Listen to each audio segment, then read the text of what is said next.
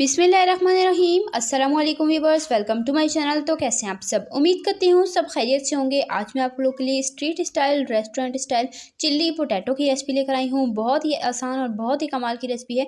घर में कोई दावत हो, पार्टी हो, तब भी आप ये रेसिपी बना सकते हैं। अचानक भूख लगे तब भी आप ये रेसिपी बनाकर इंजॉय कर सकते हैं। बहुत ही ज़्यादा ईजी रेसिपी है। सब कुछ स्टेप बाय स्टेप शेयर करूँगी। आपने रेसिपी को बिना स्किप किए एंड तक देखना है। चैनल पर नए हैं सब्सक्राइब कर लें।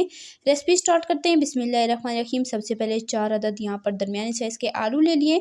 उनका छिलका मैंने उतार लिया है। सबसे पहले हम इसकी कटिंग कर लेंगे। कटिंग जो है वो हमने फ्रेंच फ्राइज़ की तरह करनी है। जैसे मोटी फ्रेंच फ्राइज़ होती है उस तरह से हमने इसकी कटिंग करनी है। सबसे पहले हम आलूओं को इस तरह से कर लेंगे। थोड़ा थोड़ा मोटाई में हमने इसे कट करना है। और उसके बाद जी हम यहाँ पर 2 या 3 स्लाइस एक साथ ले लेंगे और इस तरीके से हम इसकी कटिंग कर लेंगे। लेकिन आपने ख्याल रखना है कि जो आपने फ्रेंच फ्राइज़ की यहाँ पर कटिंग करनी है ये थोड़ी सी मोटी होनी चाहिए, तभी जो है वो हमारी चिली पोटैटो की लुक अच्छी और ज़बरदस्त सी आएगी। तो यहाँ पर मैं सेम तरीके से सारे आलूओं की कटिंग कर लेती हूँ। तो ये देख लें, इस तरह से मैंने इसकी कटिंग कर ली है। और यहाँ पर जी आलू सारे मैंने कट करके तैयार कर लिए हैं। 4 दरमियाने साइज़ के आलू लिए थे मैंने। और अब आलू को यहाँ पर एक बोल में शामिल कर देंगे। तो सबसे पहले हमने इस रेसिपी के लिए आलूओं को अच्छे तरीके से धो लेना है साफ़ पानी से। तो यहाँ पर मैं इसमें पानी शामिल कर दूँगी और अच्छे से हाथों से मसलते हुए मैं इसे धो लूँगी। तो 3 से 4 बार मैंने इसे साफ़ पानी से वॉश किया था, क्योंकि आलूओं के ऊपर जो स्टार्च लगा होता है उसे हटाना बहुत ज़रूरी होता है। अदरवाइज़ हमारी फ्रेंच फ्राइज़ जो हैं वो क्रिस्पी नहीं बनती। इस वजह से हमने इसे अच्छे तरीके से मसलते हुए धो लेना है। धोने के बाद हम इसे किसी कपड़े पर फैला कर रख देंगे ताकि ये अच्छे तरीके से खुश्क हो जाए। या आप किसी छलनी में भी रख सकते हैं, लेकिन बेहतर है कि आप किसी कपड़े पे फैलाकर इसे ड्राई कर लें। और ड्राई करने के बाद यहाँ पर आलूओं को मैंने दोबारा से बोल में शामिल कर दिया। देखें आलू बिल्कुल ड्राई हैं, इसमें पानी बिल्कुल नहीं होना चाहिए। अब इसमें कुछ स्पाइसेस शामिल कर देते हैं। सबसे पहले इसमें जाएगा जी नमक। नमक मैंने यहाँ पर लिया है 1 टीस्पून। पीसी लाल मिर्च जाएगी जी ½ टीस्पून। और साथ ही मैं इसमें शामिल कर दूँगी कॉर्नफ्लावर। कॉर्नफ्लावर यहाँ पर मैंने 2 टीस्पून भरकर इसमें ऐड किए थे और हाथ की मदद से अच्छे तरीके से तमाम इंग्रेडिएंट को मिक्स कर लेंगे। तो कॉर्नफ्लावर से जो है वो हमारी फ्राइज़ बहुत ही क्रिस्पी और परफेक्ट बनकर तैयार होंगी। अगर तो यहाँ पर मैंने इसे अच्छे से मिक्स कर लिया है। और कॉर्नफ्लावर, नमक, मिर्च अपने आलूओं पर तब डालना है जब आपका ऑयल जो है वो गर्म होने के लिए आपने रखा हो अच्छे से गर्म हो जाए।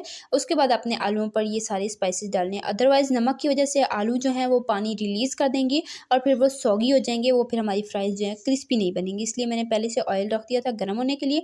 ऑयल जब अच्छे से गर्म हो गया फिर मैंने इसमें नमक, मिर्च, कॉर्नफ्लावर डाला, अच्छे से मिक्स किया और फ़ौरन से मैंने इसे तेल में डाल दिया।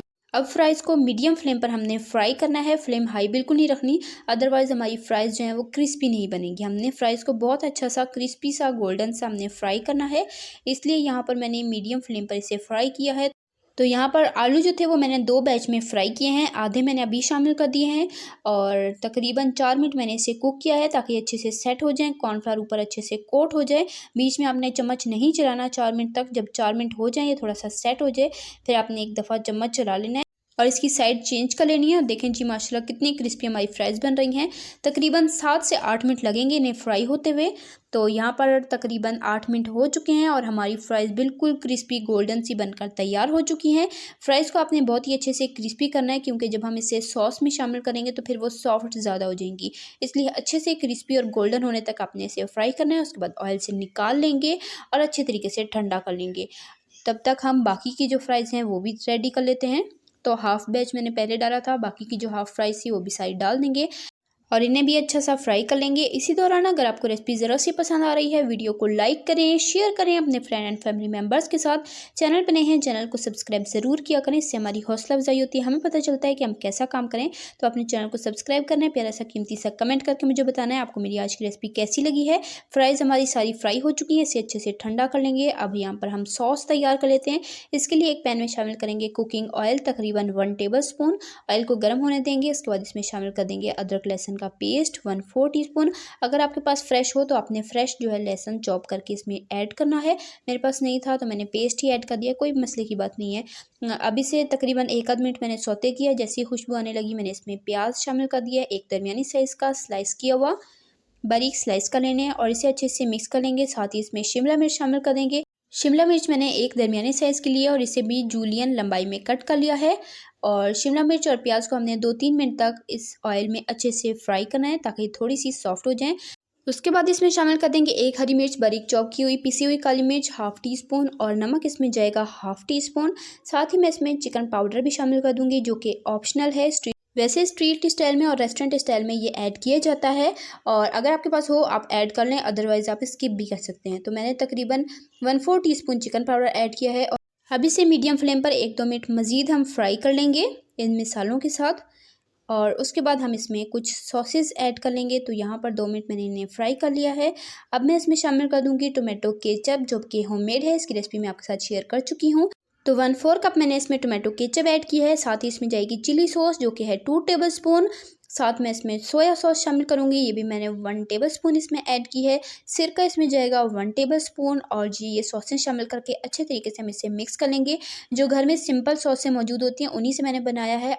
अदरवाइज़ रेस्टोरेंट में ऑयस्टर सॉस और ग्रीन चिली सॉस और एक्स्ट्रा बहुत सी सॉसें ऐड की जाती हैं, लेकिन मैं घर में बना रही हूँ बिल्कुल सिंपल तरीका ताकि हर कोई इजीली बना सके। तो मैंने सिंपल सी सॉसें इसमें ऐड की, अच्छे से 1-2 मिनट कुक किया। जैसे बॉयल आ गया इसमें मैंने कॉर्नफ्लावर वाला मिक्सचर शामिल कर दिया है। 1 टीस्पून कॉर्नफ्लावर 1/4 कप पानी में मिक्स करके इसमें मैंने शामिल कर दिया है। अच्छे तरीके से मिक्स करेंगे जब तक कि सॉस थिक ना हो जाए। 1-2 मिनट मैंने कॉर्नफ्लावर शामिल करने के बाद इसे कुक किया है। उसके बाद हम इसमें फ्राइज़ शामिल कर देंगे। फ्राइज़ अच्छे से ठंडी और क्रिस्पी होनी चाहिए, तभी जो है हमारी रेसिपी का असल टेस्ट आएगा। तो इस रेसिपी में आपने फ्राइज़ जो है वो बहुत ही अच्छे से बनानी है। तो फ्राइज़ जितनी अच्छी होंगी उतनी ही अच्छी हमारी रेसिपी बनकर तैयार होगी। फ्राइज़ शामिल करके 2-3 मिनट तक मैंने सॉस के साथ इसे लो फ्लेम पर कुक किया है और यहाँ पर जी हमारी मज़ेदार सी रेसिपी बनकर तैयार हो चुकी है।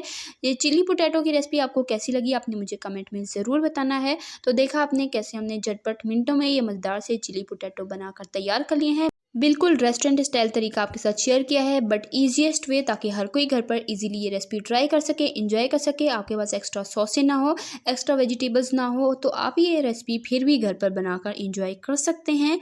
तो आपको मेरी आज की रेसिपी कैसी लगी आपने मुझे कमेंट में बताना है। रेसिपी ज़रा सी पसंद आई ये वीडियो को लाइक करें, शेयर करें अपने फ्रेंड एंड फैमिली मेम्बर्स के साथ। तो इसे मैंने डिश आउट कर लिया है। ऊपर से हनी और सफ़ेद तिल से भी आप इसे गार्निश कर सकते हैं, बट मैं इसे एज इट इज़ सर्व कर रही हूँ।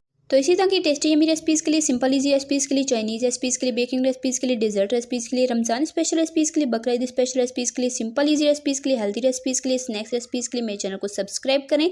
मैं आपके लिए इसी तरह की रेसिपीज़ लाती रहती हूँ। अल्लाह हाफ़िज़।